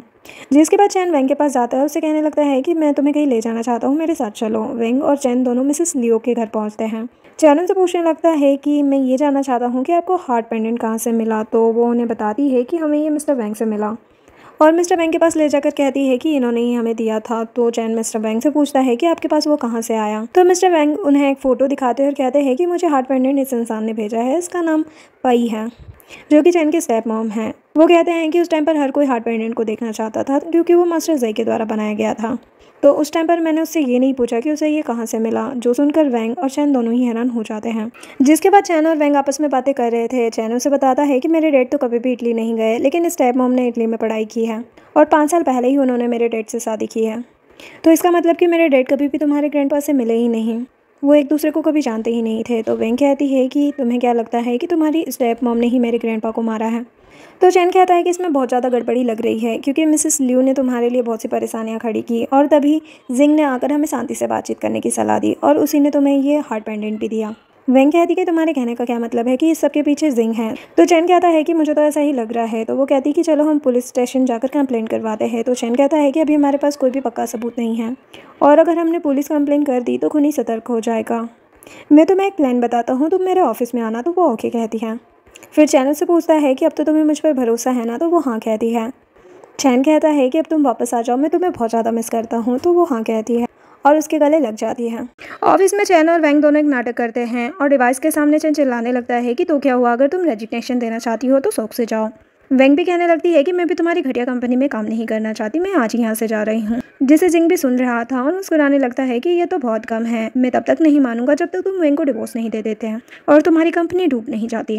जिसके बाद चैन डिवाइस को पानी में डाल देता है। वेंग कहने लगती है कि अब हमारा प्लान काम करेगा ना। तो चैन कहता है कि हम देखते हैं कि आगे क्या होता है, हम एविडेंस ढूंढने की पूरी कोशिश करेंगे और पुलिस भी इसमें हमारी हेल्प करेगी, लेकिन हम दोनों के अलावा किसी और को ये सब पता नहीं चलना चाहिए। वेंग ओके कहती है और दोनों गुस्से में बाहर निकलते हैं। नेक्स्ट सीन में वेंग अगले ऑक्शन के लिए खुद के डिज़ाइन देख रही थी और कहती है कि इसमें कुछ कमी है। तो चैन कहता है कि तुम चिंता मत करो, ये बेस्ट डिज़ाइन है, जो भी तुम करोगे अच्छे से ही करोगे, मुझे तुम पर पूरा भरोसा है। वेंग कहती है कि इस बार ऑक्शन में बहुत से लोग बिड लगाने वाले हैं, क्या होगा अगर हम बिड नहीं जीत पाएंगे। तो चैन कहता है कि ऐसा नहीं होगा, मुझे तुम्हारे डिज़ाइन पर पूरा भरोसा है कि हम ही बिड जीतेंगे। वेंग चैन से कहने लगती है कि तुम मेरे लिए इतने अच्छे क्यों हो। तो वो कहता है कि तुम मेरी वाइफ हो, तो मैं तुम्हारे लिए अच्छा नहीं होऊंगा तो किसके लिए होऊंगा। तो वेंग उसे थैंक यू कहती है। तो चैन कहता है कि तुम हमेशा थैंक यू से काम चलाती हो, कुछ और कदम बढ़ाने होंगे, और उसके करीब जाकर उसे किस कर देता है और उसके साथ रोमांटिक होने लगता है। नेक्स्ट सीन में मीटिंग में वेंग अपने ड्राफ्ट दिखाती है, सभी लोग उसके डिज़ाइन की तारीफ करने लगते हैं। तभी चैन वेंग का हाथ पकड़ लेता है। वेंग ये देखकर हैरान हो जाती है और उसका हाथ हटाने की कोशिश करती है, पर चैन उसका हाथ और कस के पकड़ लेता है। वेंग उसके हाथ पर चिमटी काटती है और अपने डिज़ाइंस के बारे में बताने लगती है। चैन कहता है कि ये मीटिंग यहीं पर ख़त्म की जाती है। मुझे उम्मीद है कि सभी लोग अपना 200% देंगे। ये बीट हमारे लिए बहुत ज़्यादा ज़रूरी है। सभी लोग जाने लगते हैं। तभी चैन मिस्टर यू को रोकता है और कहता है कि मुझे आपसे ज़रूरी बात करनी है। मिस्टर यू उससे कहते हैं कि मैं जानता हूँ कि तुम मुझसे क्या बात करना चाहते हो। तुम शेयर के बारे में बात करना चाहते हो ना? तो चैन हाँ कहता है कि मुझे आपका साथ चाहिए। आपको तो पता ही है कि मैं स्टेप मॉम को कंपनी से बाहर निकलवाना चाहता हूँ, तो इसके लिए मुझे आपके भी शेयर चाहिए होंगे। वैसे मैंने पूरी तैयारी कर ली है। अगर आप हमारा साथ दोगे तो उन्हें निकालना ज़्यादा आसान होगा। तो मिस्टर यू कहते हैं कि मैं तो हमेशा से ही तुम्हारी साइड पर हूँ, तुम चिंता मत करो। जिससे चैन और वैंग दोनों ही खुश हो जाते हैं। नेक्स्ट सीन में जिंग रैन के साथ कॉन्ट्रैक्ट साइन कर रहा था कि आज के बाद तुम हमारी कंपनी के डिज़ाइनर होगी। जिससे रैन तो काफ़ी ज़्यादा खुश हो जाती है, क्योंकि जिंग ने उसका पूरा खर्चा उठाया था और उसके कर्जे भी चुका दिए थे। रैन वहाँ से चली जाती है, जिसके बाद स्टेप मॉम जिंग के पास आती है और उससे हेल्प मांगने लगती है कि रैन मुझे कंपनी से बाहर निकालने वाला है। उसने सारे शेयर होल्डर अपनी तरफ कर लिए हैं। तो जिंग कहता है कि आप चैन को बाहर निकलवाना चाहती हो ना, तो ठीक है, मैं आपकी हेल्प करूंगा। वैसे भी दुश्मन का दुश्मन दोस्त होता है। आप कंपनी में खड़े रहो और शेयर होल्डर को चैन के खिलाफ करने की कोशिश करो। लेकिन एक प्रॉब्लम है कि जल्दी डिज़ाइन चोरी होने की खबर फैलने वाली है, जिससे लू फैमिली को बहुत बड़ा झटका लगेगा। तो स्टेप मॉम कहने लगती है कि मुझे लू फैमिली की कोई भी परवाह नहीं है, मुझे बस अपनी परवाह है, मैं सब कुछ करूँगी। जो सुनकर जिंग बहुत ज़्यादा खुश हो जाता है। नेक्स्ट सीन में ऑक्शन स्टार्ट होता है, जहाँ पर जिंग भी आया हुआ था। सबसे पहले रैन को बुलाया जाता है, जो कि जिंग की कंपनी की तरफ से अपना डिज़ाइन दिखाती है और एक्सप्लेन करने लगती है, जिसे देखकर मिया हैरान हो जाती है और कहने लगती है कि ये तो तुम्हारे डिज़ाइन के जैसा है। अब क्या होगा अगर ये पब्लिक हो गया तो हम पर डिज़ाइन चोरी करने का इल्ज़ाम लग जाएगा। अब हम क्या करेंगे? तो वेंग कहती है कि तुम चिंता मत करो, सब कुछ ठीक होगा। जिसके बाद लू ग्रुप की बारी आती है। वेंग स्टेज पर पहुंचती है और अपना डिज़ाइन दिखाती है, जो कि बिल्कुल अलग डिज़ाइन था और बहुत ज़्यादा सुंदर था, जिसे देखकर जिंग और रैन दोनों ही हैरान हो जाते हैं। वेंग अपने डिज़ाइन को एक्सप्लेन करती है। उसके बाद चैन सामने आता है और कहने लगता है कि मैं एक बात बताना चाहता हूँ। मिस्टर जिंग का डिज़ाइन हमारी कंपनी का कॉपी डिज़ाइन है। जिंग कहने लगता है कि तुम ऐसे कैसे हमारी कंपनी को बदनाम कर सकते हो, तुम्हारे पास क्या सबूत है? तभी असिस्टेंट सामने आता है और कहता है कि मैं सबूत हूँ। स्टार्टिंग में इसने मेरे मॉम डैड को पकड़ लिया था और मुझे डराकर जासूस बनाकर लू ग्रुप में भेजा था। लेकिन अब मैं सब कुछ एक्सेप्ट करता हूँ और यहाँ से जाने के बाद सरेंडर भी कर दूंगा। तभी पुलिस वाले वहाँ पर आ जाते हैं और स्टेप मॉम को पकड़ लेते हैं। स्टेप मॉम कहने लगती है कि मैंने क्या किया। तभी वैंग उनके पास जाती है और खींचकर उन्हें थप्पड़ लगा देती है और कहने लगती है कि 10 साल पहले तुमने ही हार्ट पेंडेंट बेचकर बहुत सारे पैसे कमाए हैं, जो कि मेरे ग्रैंडपा का था और तुम उनकी शिष्य थी और तुमने ही हार्ट पेंडेंट को पाने के लिए मेरे ग्रैंडपा का खून किया था। स्टेप मॉम तो वैंग की आइडेंटिटी जानकर हैरान हो जाती है कि तुम उनकी पोती हो। वैंग पुलिस वालों को कहती है कि इसे यहाँ से ले जाओ। पुलिस उन्हें पकड़कर ले जाती है। तभी जिंग वैंग से कहने लगता है कि मैंने तुम्हारे लिए इतना सब कुछ किया, तुम मुझे पसंद क्यों नहीं करती हो? तो वैंग कहने लगती है कि तुमने मेरे लिए कुछ नहीं किया है, तुम बस मेरे साथ इसलिए थे ताकि तुम मुझे अपनी डिज़ाइनर बना सको या फिर मेरे डिज़ाइन चुरा कर इस रैन को दे सको।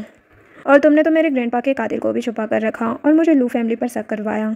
पुलिस उसे भी पकड़ कर ले जाती है, जिसके बाद बिडिंग लू ग्रुप जीत जाता है, जो सुनकर चैन और वैंग दोनों बहुत ज़्यादा खुश होते हैं।